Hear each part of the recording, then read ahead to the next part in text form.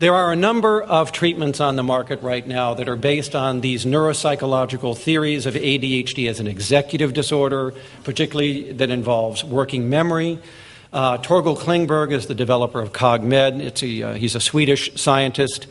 CogMed is working memory training. It's practicing digit span forward and backward and spatial memory forward and backward for about 45 minutes a day with your child. You do need to reward them because this gets boring to tears after the first day or two. So you have to have a token system and a reward program in place. Program costs several $1,000s. Now, I have visited Sweden and his lab. I've gone over their data. And it does look like this produces a temporary improvement in working memory, and that results in a temporary decrease in ADHD symptoms. But even Klingberg has shown that with 3 months of training or up to 6 months of training, the effect might last maybe 3 months.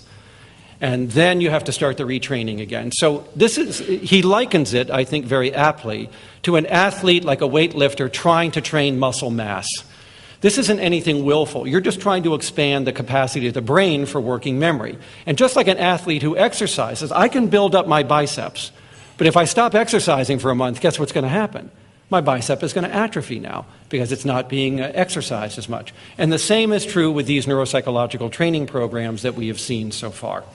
Now, Klingberg gets royalties from the company, and we would like to see his research replicated by someone who does not have a financial stake in the success of the company. So it is being tested at 5 universities in the U.S. I know of at least one here in Canada as well. When these studies are over, we're going to have an idea about whether his findings could be replicated.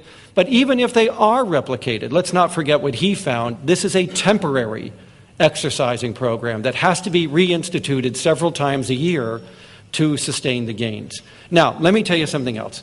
If it turns out that this works, why would you spend several $1,000s when you can buy a Nintendo DSS and the Brain Age software, which does both of these things as well as at least 6 other frontal lobe executive function tasks? It's just as much fun, if not more so. It's 1/10 the cost. So I would direct you to Nintendo before I would send you to CogMed.